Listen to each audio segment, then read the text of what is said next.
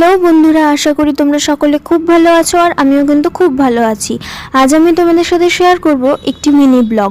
তো দেখো, সেদিনকা আমি, মা আর গোলু মিলে তিনজন মিলে চলে যাচ্ছিলাম দিদার বাড়িতে। পাপা গেছিলো ডিউটিতে, তো সেই কারণে হঠাৎ করেই প্ল্যান হলো যে মা বললো চল ওকে নিয়ে একটু দিদা বাড়ির থেকে ঘুরে আসি। ও তো আর কোথাও বের হয় না, আর ওকে কিন্তু আমরা ঝুড়ি করে নিয়ে গেছিলাম।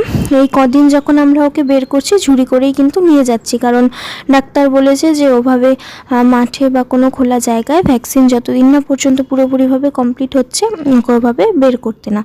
আর তাছাড়াও একটা কারণ আছে, মাও ভয় পায় আর আমার কোলে ও থাকে, কিন্তু না হঠাৎ করে নেমে যেতে চায়। তো এখনও ঠিকভাবে ওকে হ্যান্ডেল করা আমার অভ্যাস হয়ে ওঠেনি।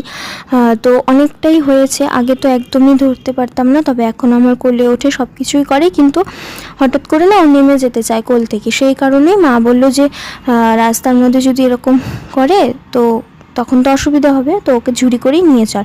তো দেখো, ওর ঝুড়িতেই নিয়ে এসেছিলাম। আর দিদা কিন্তু প্রথমে ওকে দেখেনি, আমাকে আর মাকে টোটোর থেকে নামতে দেখেছে কিন্তু অতটা লক্ষ্য করেনি। হঠাৎ করে ওকে যখন দেখলো ও এসেছে ঝুড়ির মধ্যে, দিদা তো ওকে কোলের মধ্যে নিয়েই সামনের বাগানে কাজ করছিল দিদা, তো ওকে কোলে করে নিয়েই ওই ফুল গাছগুলোর মধ্যে যা যা করছিল সেগুলো করলো।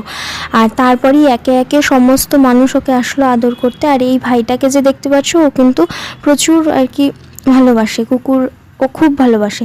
তো সেজন্যই সবার প্রথম ওই চলে এসেছে, এসে আদর করছিল। আর যে বুনুটাকে দেখতে পারলে, ও তো একদমই ছোট, এবার সবাই যেহেতু ওকে নিয়ে এত আদর করছে, কোলে নিচ্ছে, ওর আবার মনটা খারাপ হয়ে গেছিলো। ও ভাবছিল এ কি, সবাই বাড়ির সবাই আমাকে না নিয়ে এখন ওকে কোলে নিচ্ছে, এতটাই ওর খারাপ লেগেছিলো। লাস্টের দিকে কিন্তু ও একটু কাঁদো কাঁদো হয়ে গেছিলো।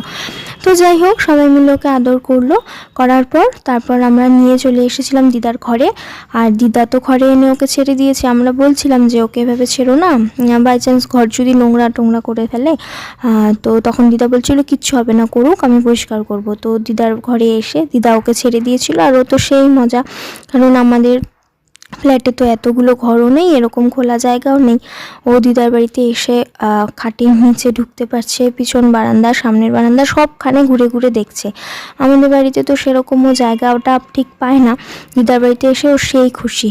আর দেখো, ও এদিকে ঘর ঘুরতে ঘুরতে আরেকটা মামিও চলে আসলো। মামি এসে তো ওকে একদম সেই আদর। মামিও ভয় পায় না, মা বলছিল যে তুমি কি করে ধরো, আমার তো সেই ভয় লাগে। তো তখন মামি বলছিল যে মামির অভ্যাস আছে, মামিদের বাড়িতেও এরকম একটা ছিল, সেজন্য। তো যাই হোক, দেখো সবার আদর টাদর খেয়ে তারপর আমরা বাড়ি চলে আসছি।